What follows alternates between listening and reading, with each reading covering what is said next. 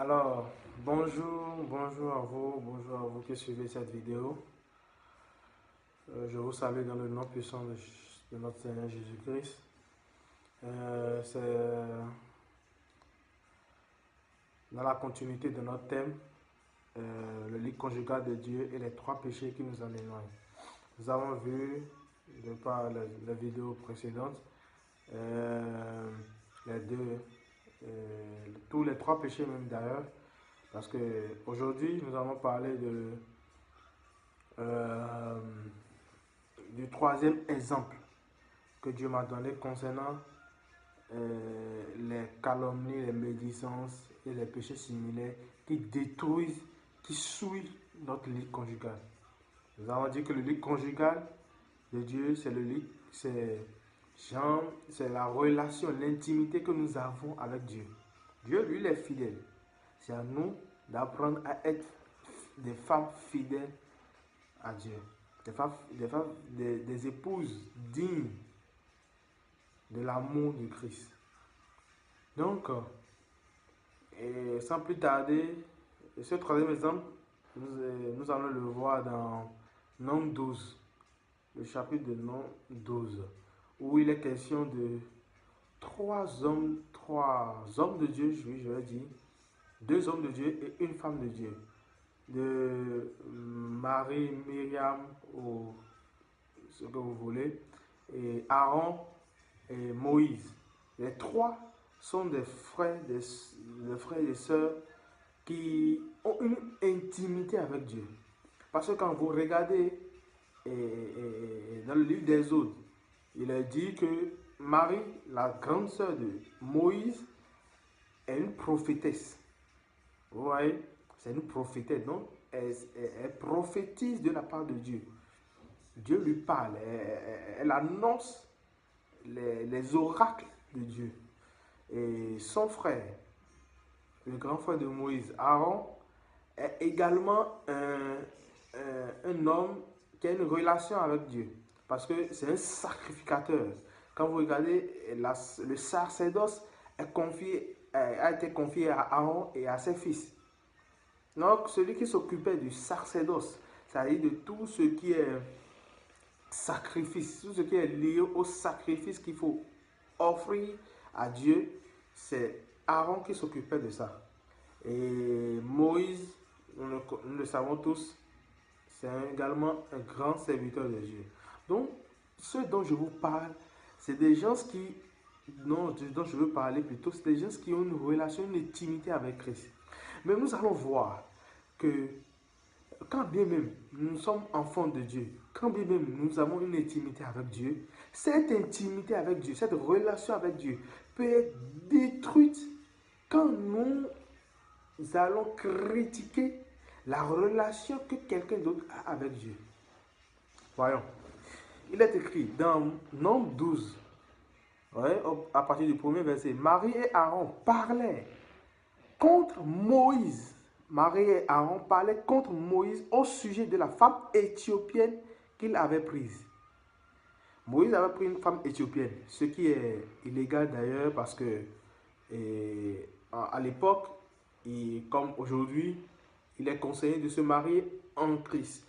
À l'époque aussi, il était conseillé de se marier avec une sœur égyptienne, avec un conjoint ayant prêté allégeance au Dieu d'Israël. Parce que toutes les nations qui n'avaient pas pour Dieu, le Dieu d'Israël, étaient considérées comme des nations païennes, des nations idolâtres.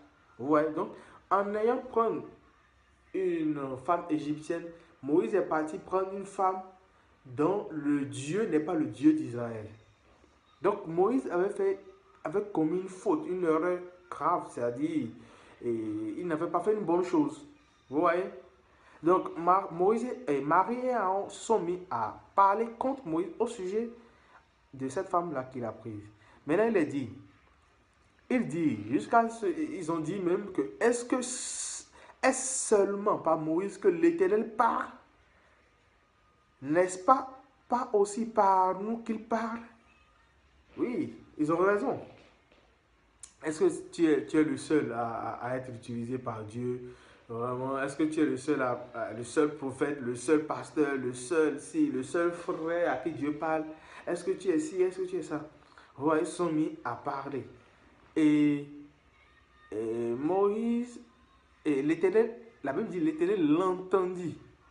Bien aimé, quand tu parles, Dieu t'entend. Quand tu critiques, Dieu t'entend. Quand tu calomnies, Dieu t'entend. Les critiques, les calomnies ne sont pas définies en fonction de ce que tu dis. Parce que nous voyons, comme nous avons vu avec, au premier exemple, avec Noé et ses enfants, nous voyons ici avec Marie et Aaron et Moïse, ce dont ils sont en train de parler, c'est des choses, c'est des faits réels, c'est des choses qui se sont passées. Ils ont raison concernant ce sujet-là. Ils ne sont pas en train de mentir. Ils disent vrai. Donc la calomnie ne dépend pas de ce que tu dis. Qu'elle soit faux ou vrai, la parole de Dieu dit, ne calomnie pas, ne critique pas. C'est-à-dire, ne te mêle pas de ce qui te regarde. C'est ça en quelque sorte. Je dis et je le répète, tu peux dénoncer les œuvres du diable. Tu peux dire, cette œuvre-là n'est pas bonne. Là, il n'y a pas de problème. Mais, aller jusqu'à dire que pourquoi tel homme de Dieu peut faire ça? Lui, grand homme de Dieu, comment il peut faire ça? Il est ci, il est ça. Tu le déclares même faux pasteur, faux prophète. Tu ne sais pas l'intimité qu'il a avec Christ. Tu ne sais pas sa relation avec Dieu. Tu ne l'as pas vu en flagrant délit. Ah oui. Tu ne le sais pas. Si tu as vu Samuel en train de consulter les morts aujourd'hui, tu as vu Saül plutôt en train de consulter les morts aujourd'hui, tu ne sais pas qu'au départ, Saül était un loin de Dieu, qui a rétrogradé, qui s'est tourné vers d'autres dieux. Mais au départ, il était avec le Dieu vivant, celui que tu connais, Jésus-Christ. Il était avec lui. Mais à la fin de sa vie, il s'est tourné vers d'autres dieux. Et toi, en tant que David, tu ne peux pas te permettre plutôt de parler mal de cela. Donc, je continue pour ne pas être long. Et soudain, Moïse, il est dit, oh Moïse, un homme fort, patient, plus qu'aucun homme sur la face de la terre. Soudain, l'Éternel dit à Moïse, à Aaron et à Marie, allez vous trois à la tente d'assignation. Et il allait tous les trois, l'Éternel descendit dans la colonne de nuée et se tint à l'entrée de la tente. Il appela Aaron et Marie qui s'avançaient tous les deux. Et il dit, écoutez bien mes paroles. Lorsqu'il y aura parmi vous un prophète, c'est dans une vision que moi, l'Éternel, je me révélerai à lui. C'est dans un songe que je lui parlerai. Il n'en est pas ainsi de mon serviteur Moïse. Il est fidèle dans toute ma maison. Je lui parle bouche à bouche. Je me révèle à lui sans énigme et il voit une représentation de l'Éternel. Pourquoi donc n'avez-vous pas craint de parler contre mon serviteur, contre Moïse? Bien-aimé, Dieu dit. Dieu sait que Marie est prophétesse. Il dit, s'il y a un prophète parmi vous, je me révélerai à lui par des visions, par des songes. Mais, pour ce qui est de mon serviteur Moïse, dans d'autres versions, il est dit, je lui parle face à face. Dans d'autres versions, il est dit, il me voit. Et c'est pourquoi il a ajouté, il voit une représentation de l'Éternel. C'est-à-dire, Dieu lui est visible. C'est pour dire quoi? Le Saint-Esprit m'a expliqué que l'intimité avec Moïse était tellement forte à telle enseigne que Moïse entretenait un lit conjugal dans la sainteté avec Dieu. C'est pourquoi il dit, il était fidèle dans toute ma maison. Le lit conjugal que Moïse avait avec Dieu n'était pas le même que Aaron et Marie avaient avec Dieu. C'est ça encore le point indispensable dans ce thème. Nous n'avons pas tous les mêmes liens conjugaux avec Christ. Parce que nous n'avons pas tous les mêmes relations avec Christ. Nous n'avons pas tous la même intimité avec Christ.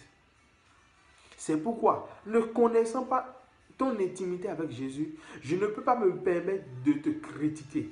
Mais si je te vois faire des œuvres qui ne sont pas des œuvres dignes de la repentance, parce qu'il dit, vous les reconnaîtrez à leurs fruits.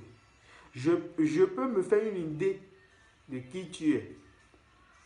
Pour me dire, si à chaque fois, toi tu ne fais que porter ces genres de fruits, alors ça veut dire que tu es tel type d'arbre. Je ne sais pas si vous me voyez. Mais je ne te connais pas, je te vois tomber une fois et je commence déjà par dire des choses mal. Non. Mais même quand je te vois porter ce genre de fruits, ce que tu ne l'étais pas au départ, au lieu de te critiquer, je viens te voir pour dire, mon frère, c'est pas bien ce que tu fais, réponds-toi. Dans le secret, je prie pour toi. C'est ça l'attitude de quelqu'un qui a le cœur de Dieu. Vous voyez un peu? Donc, il est dit, le degré d'intimité de chacun dépend de sa relation. La sainteté du lit conjugal dépend de la relation que chacun a avec Jésus-Christ. Moïse n'avait pas le même lit conjugal que Aaron et Marie. Non, c'était pas pareil. C'était pas pareil. C'était pas pareil. C'est pourquoi Dieu m'a un peu montré, il m'a un peu montré l'exemple. Les trois sont des femmes, sont des épouses de Dieu, des épouses de Christ, comme nous le sommes aujourd'hui, nous tous qui acceptons Christ comme Seigneur et Sauveur. Nous sommes tous des épouses. Maintenant, les trois épouses, Dieu les a appelées. Le mari les a appelées, il a dit, vous êtes tous mes femmes. Mais ce que chacun fait de sa vie, c'est à moi de juger. C'est à moi de dire c'est bon, ce n'est pas bon. Et c'est à moi de condamner. Mais vous n'avez pas le droit en tant qu'épouse de condamner notre épouse. C'est ça ce que vous voyez. C'est à moi, au mari fidèle, à la fois créateur, mari, juge, le juste juge, de pouvoir juger l'acte qu'ont mes épouses. Mais vous, en tant qu'épouse, vous n'avez pas le droit de juger l'acte qu'ont votre coépouse. Nous sommes tous des co-héritiers de Dieu. Tu es héritier si tu as accepté ta vie à Jésus.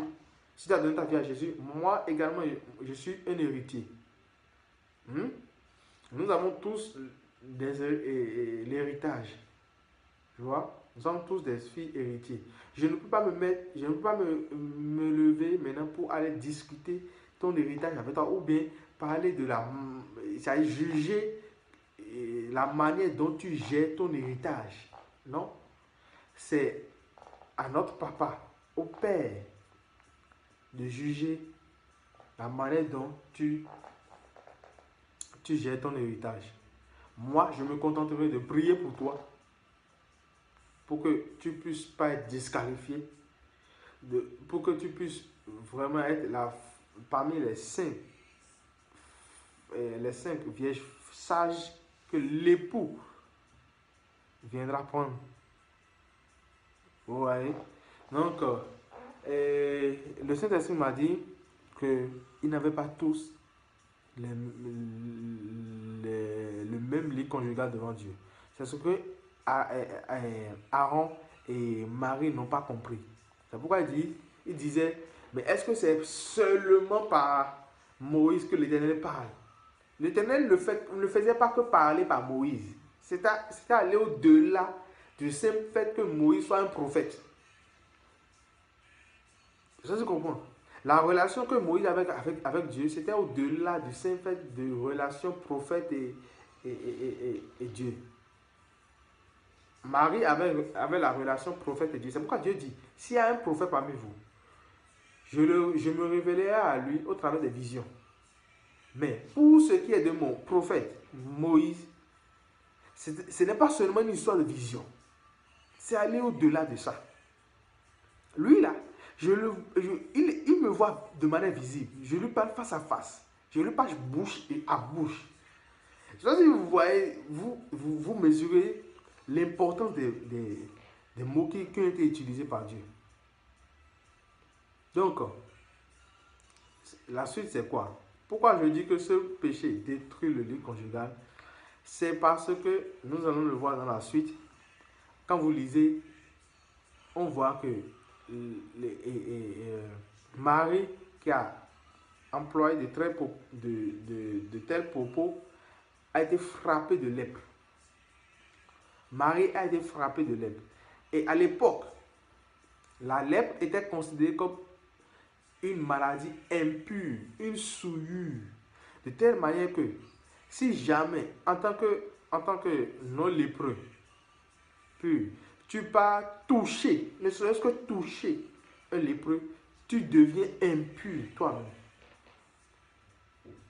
Donc, la lèpre, Dieu m'a dit, cette lèpre-là n'était pas seulement une lèpre physique, c'était aussi une lèpre spirituelle. C'est-à-dire, Marie a été chassée du lit. Dieu a écarté Marie de son lit conjugal. Parce que, atteinte de lèpre, elle ne peut plus venir se mettre sur le même lit que Dieu. Donc, Marie a été écartée. Rien que par le fait qu'elle ait critiqué l'épouse de Christ. L'épouse de Dieu. Là où il est dit que pourquoi n'avez-vous pas craint de parler contre? Dans la version par Bible du semeur, il est écrit, pourquoi n'avez-vous pas craint de critiquer mon serviteur Moïse? Pourquoi n'avez-vous pas craint de critiquer mon serviteur Moïse? Donc je parle des critiques destructives, des critiques qui n'apportent rien, des critiques qui sont dans le but d'accuser. Et c'est ça, ça se ressent beaucoup chez les enfants de Dieu aujourd'hui. Ça se ressent beaucoup chez les chrétiens aujourd'hui. On critique de gauche à droite, tous azimuts. Et je disais tantôt que quand tu le fais, tu participes au péché d'autrui. C'est-à-dire, Marie et Aaron n'ont pas péché. Mais le simple fait de critiquer les a amenés dans un péché qu'ils n'ont pas commis. Je ne sais pas si vous comprenez. L'idolâtrie, c'est commettre le premier type de péché. J'ai dit l'idolâtrie. Vous savez, tu as commis l'idolâtrie volontairement. L'impudicité volontairement. Mais ce péché-là, tu peux le commettre de manière ça y est, sans arrière-pensée, quoi. Sans savoir que tu es en train de pécher alors que tu es en train de pécher. Parce que tu participes au péché d'un autre.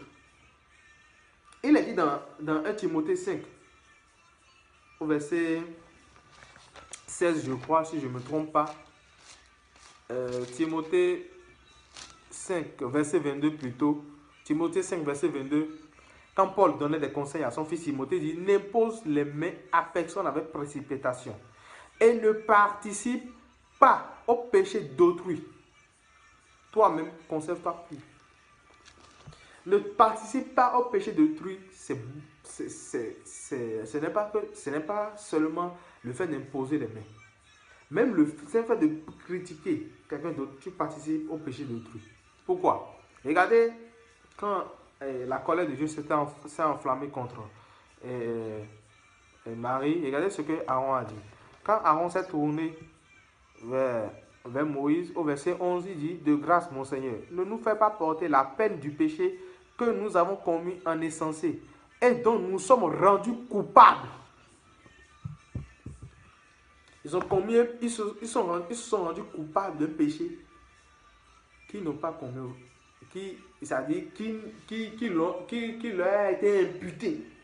parce qu'ils ont participé, ils ont parlé, ils ont critiqué le péché de quelqu'un d'autre. C'est comme, j'aime ma femme. Ma femme commet quelque chose de grave. Et mon frère ou bien quelqu'un d'autre vient parler dans ce qui concerne ma femme et moi. Mais il est en train de participer sans le savoir à ce péché-là parce qu'il se mêle de ce qui ne le regarde pas. Ouais. Ou bien bon, ça c'est un peu ambigu. Si je prends l'exemple d'un homme qui a plusieurs femmes, où une coépouse vient se mêler de ce qui concerne euh, euh, le mari et son épouse. C'est inadmissible. Aucun mari ne va tolérer ça. Ouais, s'il ne te fait pas appel, tu n'as pas le droit. Tu te mets à l'écart, tu le laisses gérer ça.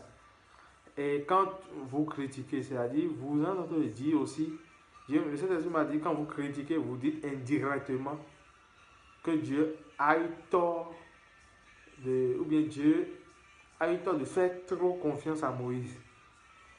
Je ne sais pas si vous comprenez. Vous remettez en cause la confiance que Dieu a portée envers son serviteur. Ah oui, quand tu le fais, quand tu critiques. Parce que Dieu lui a confié une mission.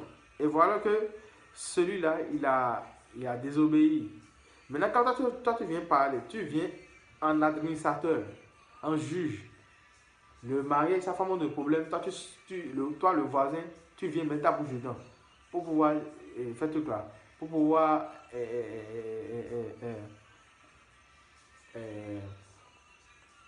comment je pourrais dire, pour pouvoir soi-disant administrer ou arbitrer les choses. Si ils ne te font pas appel, tu n'as pas le droit de te mettre.